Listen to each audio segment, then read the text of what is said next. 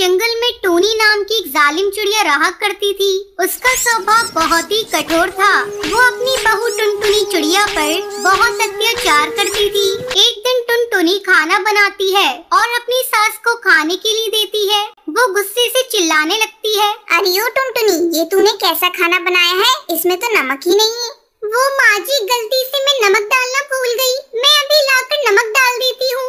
इसकी कोई जरूरत नहीं, जा जाकर दूसरा खाना बना ला। माँ जी, आप ये क्या कह रही हैं? मैं खाना फिर से बनाऊं? और इतना सारा जो बना हुआ खाना है, इसका क्या होगा? मैं इसे फेंक दूं? आपको तो पता है ना, अन्न का अपमान नहीं करना चाहिए।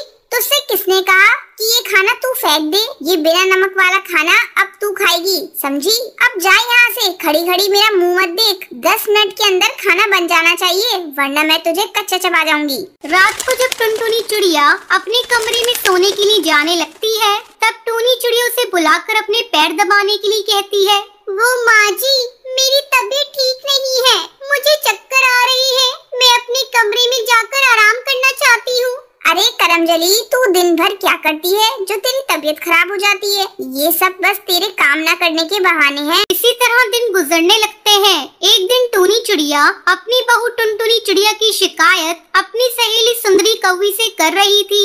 क्या बताऊं सुंदरी कौवी, मैं तो अपनी बहू टुनटुनी से बड़ी परेशान हूँ। क्यों, क्या हुआ? तेरी बहू टुनटुनी तो बहुत अच्छी है। सुंदरी बहन, तुम्हें क्या पता मेरी बहू मुझे कितना तंग करती है। कोई भी काम ढंग से नहीं करती।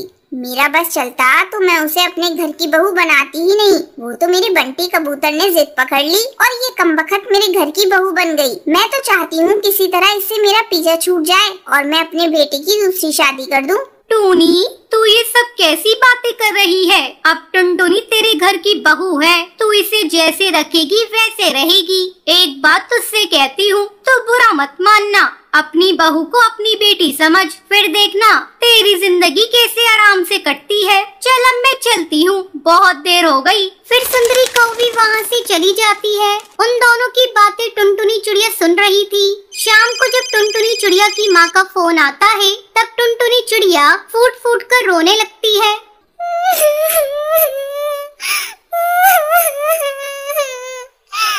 अरे बेटा, क्या हुआ? तू क्यों इतना रो रही है? तेरी सास ने तुझसे कुछ कहा क्या? नहीं माँ, मेरी सास बहुत अच्छी है। वो मुझसे बहुत प्यार करती है। बस मुझे आपकी याद आ रही थी, इसलिए मुझे रोना आ गया। ठीक है बेटा, तू कहे तो मैं तेरे भैया को तुझे लेने भेज दूं। कुछ दिनों बाद टुनटुनी चिड़िया अपनी मायके चली जाती है। टुनटुनी चिड़िया के मायके चले जाने के बाद टूनी चिड़िया पर घर का सारा बोझ आ जाता है। वो घर का काम करते करते थक जाती है। तब टूनी चिड़िया को अपनी गलती का एहसास होता है। हे भगवान, मैं अपनी बहू पर कितना अत्याचार करती थी। वो दिन भर काम करती थी, लेकिन हर समय मैं उस पर गुस्सा करती थी। मैं अपनी गलती को सुधारूंगी और अपनी बहू को वापस अपने घर बुलाऊंगी। शाम को जब बंटी कबूतर घर आता है, तब टूनी चिड़िया उससे कहती है, बेटा, टुनटुनी बहू को मायके गए काफी दिन हो गए, तू जल्दी से उसे वापस घर ले आ। बहू के बिना ये घर बहुत सूना सूना लग रहा है। अगले ही दिन बंटी कबूतर टुनटुनी चिड़िया को लाने के लिए अपने ससुराल जाता है और टुनटुनी को लेकर वापस अपने घर आता है। टुनटुनी चिड़िया के घर आते ही टूनी चिड़िया उससे माफी मांगती है। टुनटुनी बहू, तू मुझे माफ कर दे।